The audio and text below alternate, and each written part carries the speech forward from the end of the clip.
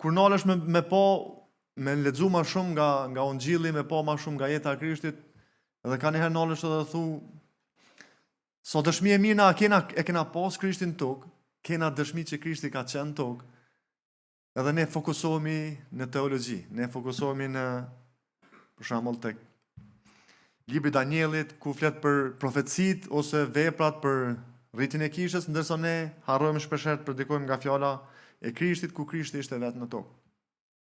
Edhe në muajin e kaluar, në fakt, kam prediku nga i predikimi i Jezusit, kur Jezusi e shëron një paraletik. Edhe se si Jezusi, shkrimi na thotë që Jezusi, kur pa besimin e shokëve të tij, i tha paraletikut qohu dhe ecë. Edhe kam qenë duke studiu nga Mateu, kapitulli 8, këtë kohë, edhe aty kemi në fakt 3 mrekulli që Krishti i ban gjatë kësaj kohës. Edhe për mua ka qenë një frymëzim edhe një gjë shumë e mirë. Nëse ju kujtohet kur Gjon Pagëzori predikonte, edhe e arrestojnë Gjon Pagëzorin, edhe Gjon Pagëzori ju thotë nxënësve të tij, shkoni edhe pyetni këtë person, shkoni edhe pyetni Jezusin, për me këshyr a është për me Mesia që ka ardhur. Dhe Jezusi i përgjigjet Gjonit nga fjalët e Isaias. Në fakt i përgjigjet nxënësve Gjonit. Ai thotë, shkoni dhe thoni Gjonit, të verbëve u qelen syt, të shurdhët po dëgjojnë, i qali po ecë, gjuha e shurmëmecit po brohërit. Po këto ishin fjalët e Jezusit që u tha nxënësve të Gjon Pagëzorit. Edhe fakt Gjoni u mrekullu, sepse Isaia tek kapitulli 35, vargu 56, kishte profetizuar për këtë gjë, që Mesia do të vijë në tokë, të çalet do të ecnin, shurmëmecët do dëgjonin, njerëzit do shëroshin, të verbrit do shinin e kështu me radhë. Pra ne e shohim në gjitha predikimet e Jezusit, edhe çdo kapitull kur Jezusi fliste, mbante predikimin, e shohim që shumë njerëz vinin pranë Jezusit. Edhe arsyeja pse shumë njerëz vinin nuk ishte që ndoshta ata besonin tek Jezusi se ai ishte Perëndi, por vinin sepse kishin probleme shëndetësore, dhe ata vinin tek Krishti për të shëruar. Por gjitha pyetjet që ne mund t'i kemi për Krishtin, ose gjitha pyetjet që njerëzit e kishin për Krishtin, se kush je ti, me çfarë autoriteti i bën këto gjëra, kush mendon se je, cili është autoriteti yt, në emër të kujt po i bën këto gjëra, Jezusi na e përgjigje në këtë kapitull, nga kapitulli 8 deri në kapitullin e 12. Edhe atë çfarë do të shohim ne janë sot dy histori. Edhe fjala Perëndis sot kështu. Farisenët dhe skribet që kishin ardhur aty nga Jeruzalemi shkruan pranë tij. Ata pan disa prej dishepujve të tij që po hanin bukë me duar të papastra, domethënë të palara. Farisenët dhe të gjithë judenë nuk han pa i larë duart me kujdes deri në bryl, sipas traditës së të parëve, dhe pasi ktheu në treg nuk han pa u larë. Janë edhe shumë gjëra të tjera që sipas traditës duhet t'i ruajnë, si larja gotësh, brukash, enësh, bakri. Prandaj farisenët dhe skribet e pyetën pse dishepujt e tu sillen sipas traditës së të parëve, por han bukë me duar të palara. Por ai u tha: hipokrit, mirë profetizoi Isaia për ju kur shkroi: ky popull më ndëron me buzë, por zemrat e tyre janë larg meje. Me kot më ndërojnë, përderisa japin si mesim të Zotit urdhrat e njerëzve. Ju lini pas dore urdhrimet e Perëndis për t'y përmbushur traditës së njerëzve. Dhe u tha: ju shpërfillni pa të keq urdhrimet e Perëndis për të mbajtur traditën tuaj. Në të vërtetë, Mojsiu ka thënë: ndëro baban tënd e nënën tënde, dhe kush flet keq për baban e nënën, të dënohet me vdekje. Por ju thoni, nëse dikush i thot babait ose nënës së ndihmën që do t'ju jep, po ju i bëj kurban, që do të thot dhuratën për Perëndin, atëherë ai është i çliruar nga detyrimi për të ndihmuar baban ose nënën. Kështu ju shfuqizoni fjalën e Perëndis me anë të traditës që keni trashëguar, ju bëni shumë gjëra të ngjashme me këto.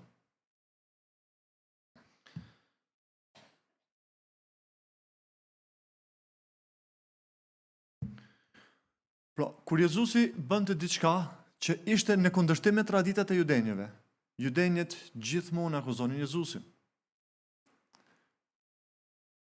Por Jezusi në fakt bëri shumë mrekulli në mënyrë që t'i binte ata se kush ishte ky. Pyetjet që ata ishin me çfarë autoriteti, si po e bën këto, Jezusi na përgjigjet te kapitulli 8 i Mateut. Kur Jezusi zbriti nga mali, një turmë e madhe i shkoi pas, dhe ja, një i lebrosur ju afrua dhe i rënë gjunjë e i tha: o Zot, po të duash ti, mund të më pastrosh. Jezusi shtriu dorën, e preku dhe i tha: dua, pastrohu. Dhe ai u pastrua menjëherë nga lebra. Jezusi tha: mos i tregon njeriu, por shko paraqitu tek prifti dhe kushto dhuratën që të ka urdhëruar Mojsiu. Kjo do t'ju shërbej si dëshmi. Pra në kohën e Jezusit kishte shumë smur, shumë lloje të ndryshme të smundje, të cilat ndoshta sot nuk janë, për shkak të mjekësia ka përparuar, mjekësia ka jetë shumë, dy smundje që ndoshta ne ende mjekësia dhe përballohet më shumë është ndoshta kanceri, edhe smuja e gjakut, muskujve, por që shumë tjera nuk ekzistojnë më. Por ajo çfarë ne shohim te kjo pjesë është që Jezusi fillimisht e para është se ai shëroi me një prekje. Jezusi nuk bëni kurrë gjë tjetër, vetëm me prekje të personin që ishte me lebroz. Pra shërimi erdhi vetëm me prekje. E dyta, shërimi ndodhi me njëherë. Shkrimi nuk na thot që Jezusi e preku, kaloi një kohë dhe pastaj u shërua. Po shkrimi na thot që në momentin kur Jezusi e preku njeriu që ishte me lebër, me lebroz në fakt, u shërua. E treta, u shërua plotësisht. Nuk pat nevojë për një termin dytë të Jezusi ky person, që më shku edhe seancën, terapinë e dytë që më shëru. Pra Jezusi kishte fuqi që të shëronte me njëherë. E katërta është që Jezusi i shëroi të gjithë. Nuk kishte ndonjë lloj sëmundje që Jezusi tha, unë nuk mund ta shëroj këtë sëmundje. Por Jezusi i shëroi çdo person që ishte aty.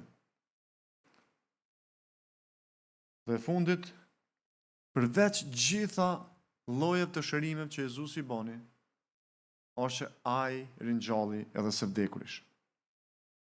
Por ne do të ndalim të disa gjëra që mund të shohim te këto vargje, 4 vargjet e para, është që ky person kishte disa gjëra të mrekullueshme. E para është se ky person erdhi te Krishti me besim. Ky erdhi te Krishti me besim sepse e dinte që Jezusi mund ta shëronte. Ai ishte i smur me lebroz, edhe të ishe në atë kohë, me këtë smuj, u kanë shumë e vështirë, sepse njerëzit menzi s'kan prit mu largu prej teje, sepse të kanë konsideru si papastër, një mëkatar i madh për shkak të smundjes, kështu që u kanë ngjitse, prandaj ky person nuk i interesonte fare pse ishte me lebroz, sepse kishte besim që Jezusi mund ta bëjë këtë gjë. E treta, ai erdhi me nderim përpara Perëndis. Shkrimi thot se ai e adhuroi Perëndin. Erdhi me përulësi. Dhe tha, nuk tha Jezus, shërom se ti mundesh më shërum. Po nëse don, tha ti Zot, më shëro. Dhe Jezusi e shëroi. Nëse ne shkojmë përpara e Krishtit me dëshpërim, nëse shkojmë përpara Krishtit duke adhuruar me përulësi dhe me besim, çdo person që nuk e njeh Krishtin do të shërohet, do të vijë tek ai. Por Krishti në fakt pasi e shëroi i tha 2 gjëra. Shko tha se pari dhe bindju ligjit të Mojsiut. Dhe pastaj je dëshmitar i tyre. Pra dhe ne që jemi të krishterë, që i besojmë këtij Krishtit, edhe ne që e kemi tashmë Krishtin, e njohim Krishtin, duhet të bëjmë të njëjtën gjë. Duhet që të flasim për shkak të emrit të tij. Pjesa dytë, që ka të bëjë me historinë e centurionit, që besoj që shumica nga ju e dini, te Mateu 8 është më shkurt. Sepse Mateu në fakt nuk është që e thot historinë ndryshe nga Luka, por Mateu i bie direkt, sepse dëshiron direkt të kap konceptin, qëllimin e Krishtit. Ndërsa Luka na jep pak më gjatë. Kështu që për historinë e centurionit do lexojmë nga Luka, kapitulli 7. Edhe shkrimi thot kështu. Kur mbaroi së thëni të gjitha fjalët për popullin që po dëgjonte, Jezusi shkoi në Kapernaum. Aty gjende një centurion që kishte një shëptor të cilin e vlerësonte shumë, por që ishte i sëmur, gati duke vdekur. Kur dëgjoi për Jezusin, centurioni dërgoi tek ai disa pleq të judenjve që t'i luteshin të vinte për t'i shëruar shëptorin. Si arritën te Jezusi, ata ju lutën me këmbgulje e i thanë: ai e meriton ta ndihmosh, sepse do popullin ton dhe ka ndërtuar një sinagogë. Atëherë Jezusi shkoi me ta, por nuk ishin larg nga shtëpia kur centurioni dërgoi disa meq për t'i thënë: O Zot, mos u shqetëso, unë nuk jam i denjë që ti të hysh në qatin time. Prandaj nuk më duk vetja i denjë të vija vet, por thuaj një fjalë e shërtori im do të shërohet. Sepse edhe unë jam nën urdhrat e prorëve të mi, dhe kam nën vete ushtar. Kur i them njerit shko, ai shkon. Kur i them tjetrit eja, ai vjen. Kur i them shëptorit tim, bëje kët, ai e bën. Kur dëgjoi këtë fjalë, Jezusi u mrekullua me centurionin. Atëherë u kthye dhe i tha turmës që po e ndiqte: Po ju them se as në Izrael nuk kam gjetur një besim kaq të madh. Pastaj të dërguarit u kthye në shtëpi e centurionit dhe gjetën shërbëtorin e shëruar. Tani kur e dëgjojmë këtë histori dhe kur e shohim këtë histori, sigurisht që hebrejnë që ishin aty do thonin: "Përse ky të bëj këtë gjë për një jo hebrej?" Në fakt, centurioni përveç që ishte jo hebrej, ishte një komandant romak, i cili Perëndëria romake e shtrydhte në një farë mënyrë Izraelin. Edhe këta ishin çdo herë nën kërcënimet e Perëndërisë romake, të ushtrisë romake. Por jo çdo herë kur lexojmë për centurionat, sepse këta ishin si një lloj komandanti që kishte rreth 100 ushtar mbrapa vetes, nuk do të thotë që gjithë ishin të këqij. Ky një shembull i një centurioni të mirë, edhe një besimtari të mirë. Por ajo çfarë na bën përshtypje është që centurioni, ndoshta për shkak se ishte komandant, kishte shumë njohuri për Krishtin, edhe dinte çfarë Krishti bënte. Edhe dinte çfarë ai ishte duke bërë gjatë kësaj kohe. Edhe ai dinte që Jezusi kishte shëruar shumë njerëz. Edhe ai dinte që Jezusi mund ta bënte. Por ai nuk shkoi vetë. Për shkak se ai tha: "Unë nuk jam i denjë të flas me Krishtin. Sepse unë nuk kam autoritet dhe fuqi të flas me Krishtin për shkak të hyjnisë së tij." Por ajo çfarë ne shohim është se i njëjti centurion i çon hebrejnë te Krishti. Edhe këta i lutën Krishtit, edhe nuk i thonë: "Zot, nëse ti mundesh, hajde bane." Por ata i thonë: "Ti mundesh me bë, edhe duhesh me bë, sepse ky është një person i mirë. Sepse ky na ka marrë neve në sinagogë, edhe na e kena sinagogën për shkak tina." Pra, asnjëherë nuk diskutohet mundësia që Krishti mund ta bënte këtë gjë. Nuk pat ndaj debat që më thonë: "Na shti mundet, po na shti s'mundet." Por problemi është për shkak të ngurtësisë së zemrave të tyre, që ata nuk e pranonin si Zot edhe Perëndi.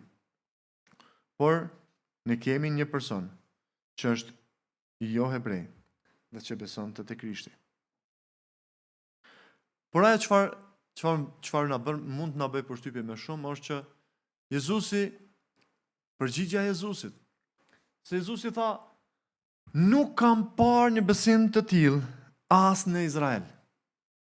Jezusi mund të thoshte: "Unë nuk kam parë një besim të tillë edhe u kry. Nuk kam parë një besim të tillë përderisa unë isha këtu në tokë." Por ai tha me qëllim që unë nuk kam parë një besim të tillë as në Izrael. Sepse Izraeli ishte populli i Perëndisë. Sepse Izraeli do duhej të kishte këtë besim. Sepse Izraelitët ishin populli i zgjedhur i Perëndisë. Sepse ata e dinin shkrimin që Mesia do të vinte. Sepse ata i shihnin mrekullitë e Krishtit, e dinin që ai po bënte mrekulli, por ngurtësimi i zemrave të tyre nuk lejonte ta pranonin atë si Perëndi.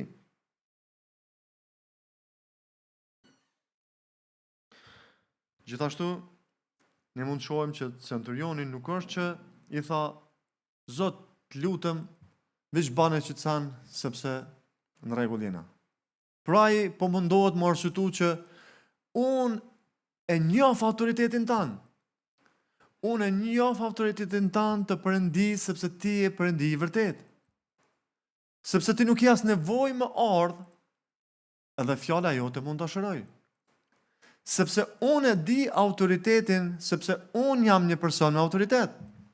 Edhe unë kam një autoritet më të lartë se unë, që kur më japin një punë për të bërë, unë e bëj. Gjithashtu unë e dha autoritetin te ushtarët e mi, dhe ata zbatojnë. Prandaj centurioni e njihte autoritetin e Krishtit. Ai tha që unë nuk jam i denjë që ti të hysh në shtëpinë time, sepse e dinte ligjin e hebrejve, sepse ata nuk duheshin të përziheshin me jo hebrejnë. Ai e dinte që as nga enet e jo hebrejve, hebrejët nuk do hanin. Dhe prandaj ky nuk donte që të shkaktonte, sikur e dinte që kush ishte Jezusi, e dinte çfarë mund të bënte Jezusi, po nuk donte mi bë probleme Jezusit që nese me akuzu Hebrejt me thonë, po, ky ishte në shtëpinë e jo hebreut. Ky ishte në shtëpinë e një komandanti romak. Por Jezusi tha, për shkak të besimit tanë, është vendi i vetëm në fakt në Bibël kur thotë që Jezusi u mrekullua me besimin e tyre. E njëjta gjashtë edhe me, përveç centurionit është edhe Korneli që ka besimin e njëjtë, por Jezusi na thua që u mrekullua me besimin e tij. Nuk e shohim dikum tjetër që Jezusi thotë u mrekullua. Jezusin edhe dishepujt që ishin me ta për sa vite ishin me ta, edhe në fund për shembull Pjetri e mohoi 3 herë. Toma tha që pa e prek dorën e tij, unë nuk besoj. Ishin me Krishtin, e njehnin Krishtin, kishin parë mrekullit me Krishtin, prapë nuk i besuan. Po ky Korneli tha, ky centurioni tha, që Zot mjafton vetëm një fjalë e jotja. Dhe ai do të shërohet. E dini që disa njerëz kur besojnë Jezusin, ju duket sikur i kanë bërë një nder Perëndis. Na duket sikur ne jemi bardh krishterë, besojmë Krishtit edhe na ja bëm një favor Zotit. Në fakt, ne nuk jemi të denjë të shkojmë përpara këmbëve të Perëndis. Prandaj besimi ynë duhet të jetë si centurionit. Prandaj dëshmia jonë duhet të jetë si besimi i centurionit. Sepse ne kemi parë mrekullitë e Krishtit. Ne kemi parë çfarë Krishti ka bërë, edhe në dhjatën e re, po edhe në jetën tonë. Prandaj ky besim yni duhet të jetë këtë lloj besimi.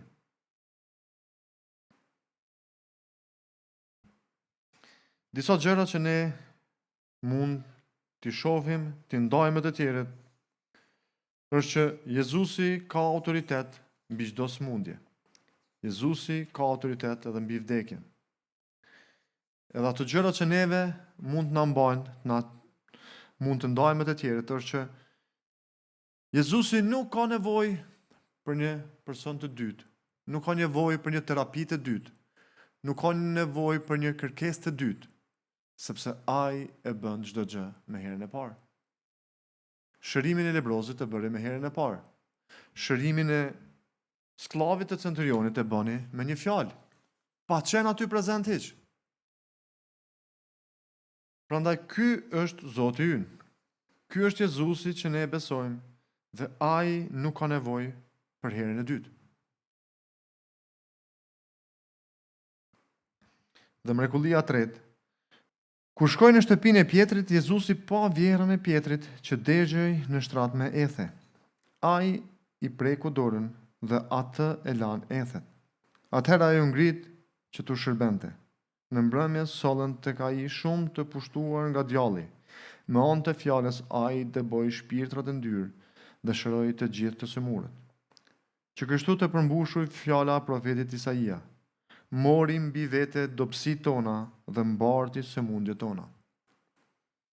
Pra, Jezusi, e përmend edhe më herët, e shëroi vjerën e Pjetrit. Pjetri ishte dëshmitar aty, edhe është i njëjti Pjetër që më vonë mohon Jezusin. No, apostujt ishin me Krishtin, panë mrekullit dhe prapë nuk besuan tek ai. Prandaj fjala na thotë që Jezusi u mrekullua me besimin e centurionit. Gjithashtu na thuhet që Jezusi shëroi shumë smundje, domethënë dërboi djallin nga shumë, ishin të pushtuar shumë nga djalli, nga shpirtrat e ndyrë dhe shëroi të gjithë të sëmurët. Ky është autoriteti i Jezusit. Nuk ishte një lloj smundje ose një gjë tjetër që ai nuk mund të bënte. Prandaj ky është perëndia jon. Ky është Krishti që çdo gjë mund të bëjë me një prekje ose me një fjalë. Dhe nuk ka nevojë për një gjë tjetër. Prandaj të dashur vëllezër dhe motra, le të lutemi që besimi ynë të rritet, edhe ky besim i yni të jetë besim si besimi i centurionit. Që të besojmë që Krishti mund të bëjmë këtë gjë.